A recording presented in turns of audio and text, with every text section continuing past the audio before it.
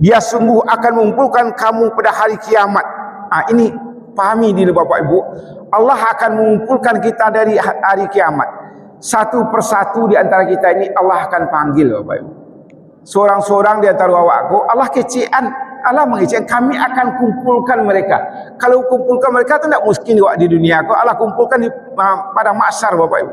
Di satu persatu Allah akan tarik kita, ya, melalui kiamat kecil.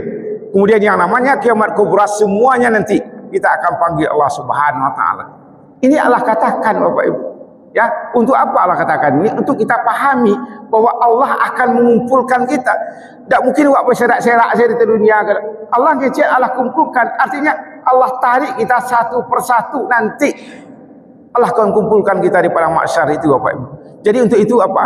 Siapkanlah diri kita. Sabbihisma rabbikal a'la alladzi khalaqa fasawwa. Alhamdulillazi ahyana ba'dama amatana wa ilaihin nusur. Asyhadu an la ilaha illallah, asyhadu anna Muhammadar Rasulullah. Allahumma sholli ala Muhammad wa ala ali Muhammad. Wa ya ayyuhal hadirun, ittaqullaha haqqa tuqatih wa la tamutunna illa wa antum muslimun.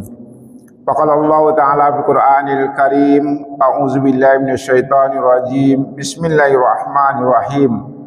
Qul liman ma fis samawati wal ard qul lillah kataba ala nafsi rahmah wa la yahma'annakum ila yaumil qiyamah la raiba fihi allazi khasiru anfusahum hum la yu'minun. Shadaqallahul azim. Katakanlah Muhammad, milik siapakah yang ada di langit dan di bumi? Katakanlah milik Allah. Dia telah menetapkan sifat kasih sayang pada dirinya. Dia sungguh akan mengumpulkan kamu pada hari kiamat yang tidak diragukan lagi. Orang-orang yang merugikan dirinya, mereka itu tidaklah beriman. Maha benar Allah dengan segala firman-Nya.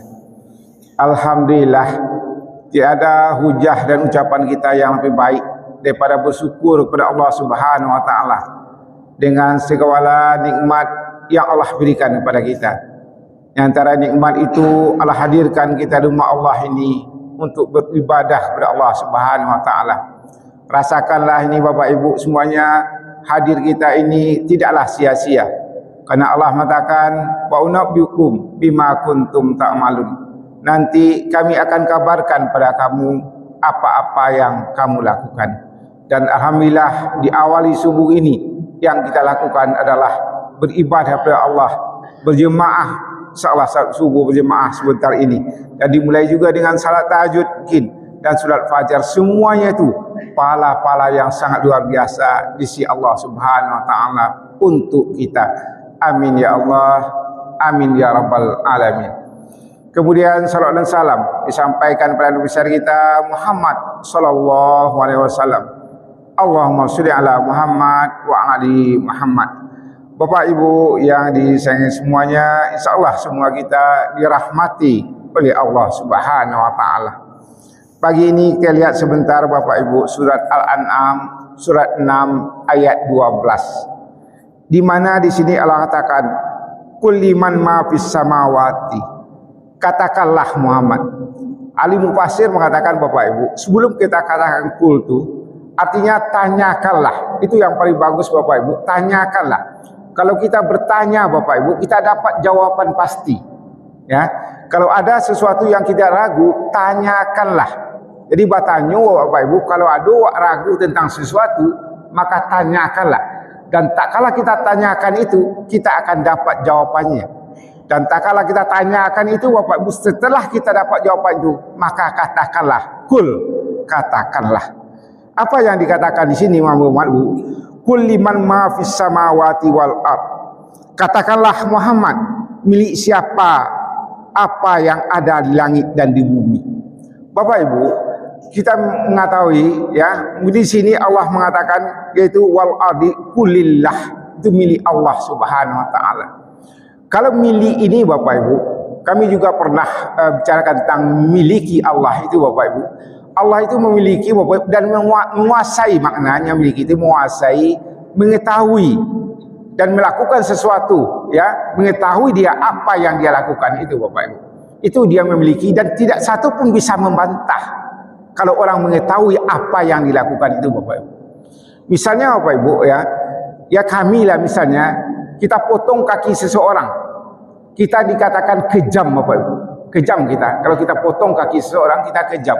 Tapi kalau dokter yang memotongnya, itu kita katakan tidak apa-apa. Kenapa? Karena dia mengetahui. Jadi apapun yang Allah berikan kepada kita, kalau Allah itu maha mengetahui sesuatunya, apa yang diberikan kepada kita. Jadi artinya Bapak Ibu, tak kalau Allah memberikan ujian kepada kita, ujian itu bisa jadi keberhasilan, atau ujian itu Bapak Ibu yang kita rasakan kurang enak, itu dari Allah Subhanahu wa taala. Tidak ada orang yang bisa membantahnya Bapak Ibu. Itu makna Allah memiliki. Allah memiliki. Dan juga misalnya Bapak Ibu, tak kala kita minta tolong ke seseorang, orang itu mengurus urusan kita Bapak Ibu. Tak kala kebun, dia urus kebun itu, kita tanyakan apakah dia yang memiliki? Tidak. Dia hanya mengurus. Yang memiliki adalah tuannya. Dan kita ini kita rasakan yang memiliki itu kita adalah Allah Subhanahu wa taala. Bapak Ibu, orang paham ini tapi tidak duduk di hatinya Bapak Ibu.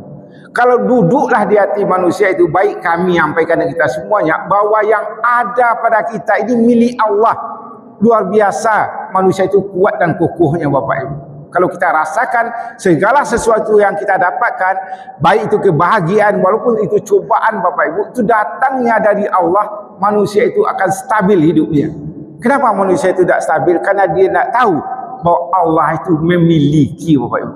Untuk itu Allah tegaskan kepada Nabi Muhammad, kulli man ma fis samawati wal ardh. Katakanlah Muhammad, apa yang ada di langit dan bumi itu milik siapa? Kulillah, milik Allah Bapak Ibu. Harus duduk ini dulu dalam hati kita. Kalau sudah duduk di hati kita Bapak Ibu, nyamanlah manusia itu. Tapi kenapa manusia itu nak nyaman? Bahwa segala misalnya keberhasilan, cobaan itu dari kesalahan dia, dari kehebatan dia. Inilah manusia itu Bapak Ibu tidak nyaman dalam hidupnya. Tapi kalau sekali lagi duduk bahwa Allah semuanya memiliki kita, maka nyamanlah manusia itu. Itu Allah katakan. Kemudian apa kata Allah? Kataba ala nafsi rahmah, ya. Dia telah menetapkan sifat kasih sayang pada dirinya Bapak Ibu. Jadi Allah Bapak Ibu, yang mana sayang kawak ke Bapak Ibu. Luar biasa sayang Allah itu kepada kita. Dudukkan pula ini dalam hati kita Bapak Ibu. Tidak ada yang lebih tinggi sayangnya Bapak Ibu daripada Allah.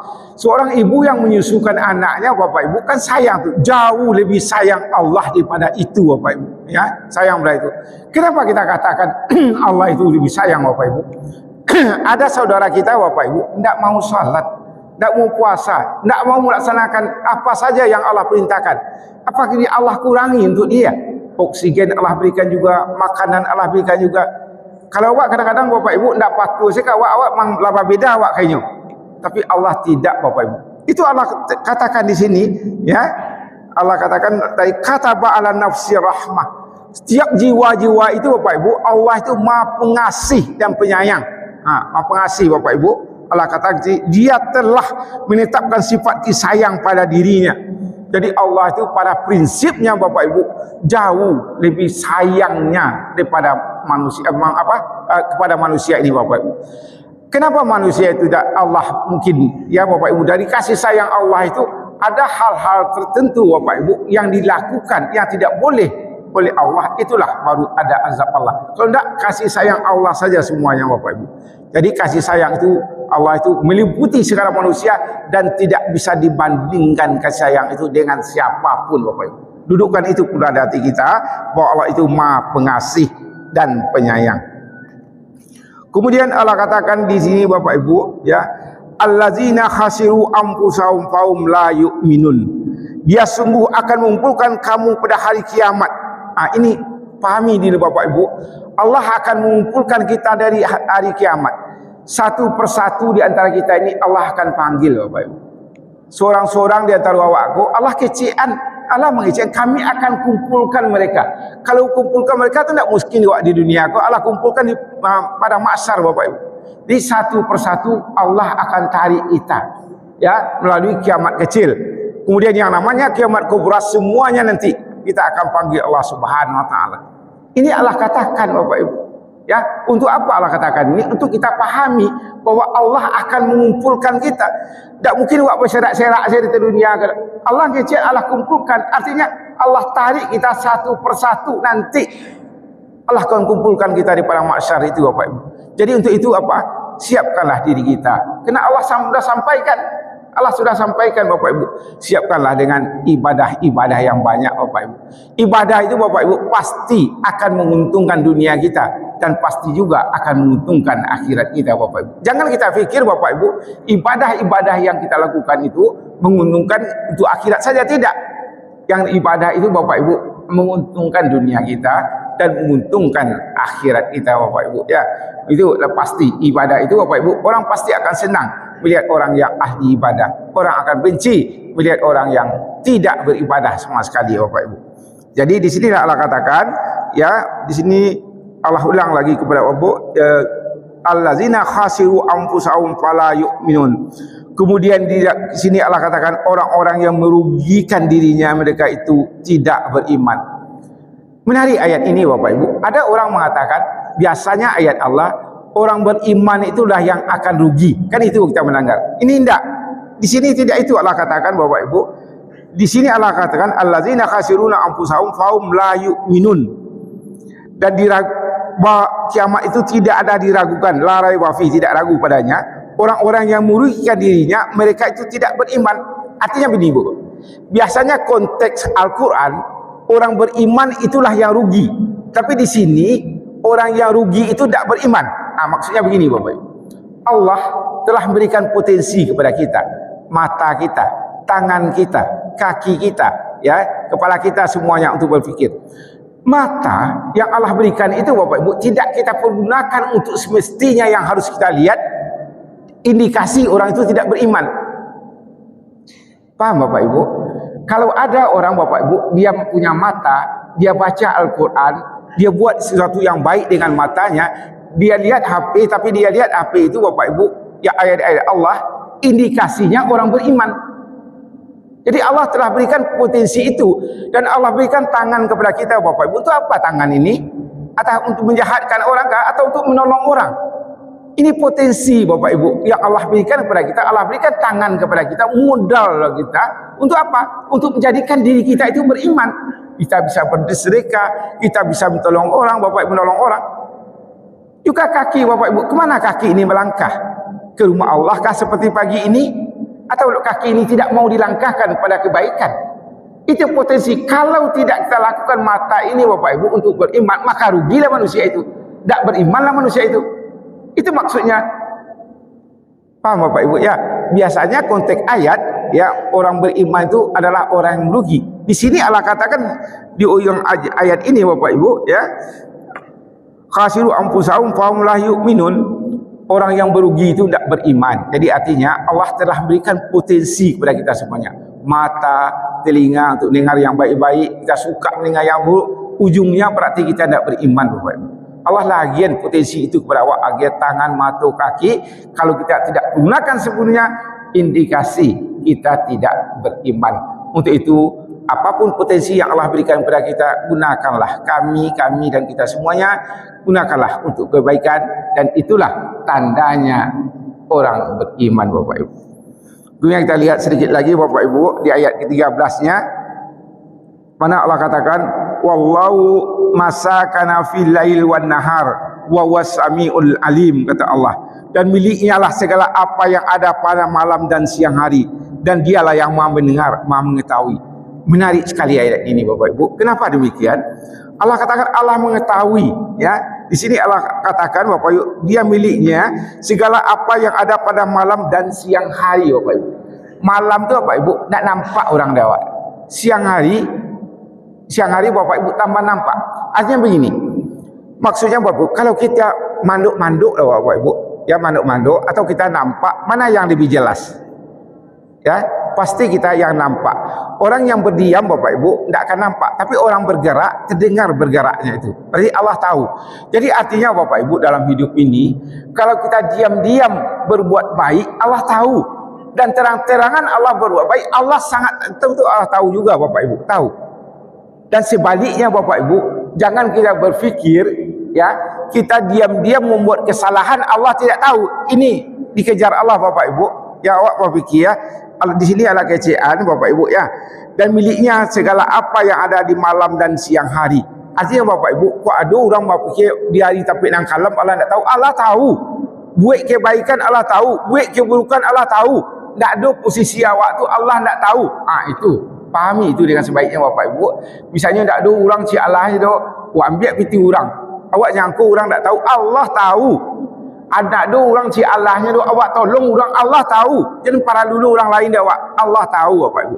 Itulah maknanya Allah katakan di sini Bapak Ibu di awal ayat, walau masaka. Di sini Allah katakan lagi lahu masakana fil lail wan nahar wa huwas samiul alim. Jadi Allah itu Maha mendengar dan mengetahui. Jadi orang berdiam malam hari kok, siang hari kok, pagi raksi orang tu Allah mendengar, Allah tu mengetahui. Dudukkan ini Bapak Ibu bagi kami dan kita semuanya, tahu wak masuk Allah tu mengasihi wak Allah itu tahu. Buatlah kebaikan supaya banyak pundi-pundi amal kita, Allah itu mengetahui. Banyak maaf bila kita hidayah. Assalamualaikum warahmatullahi wabarakatuh.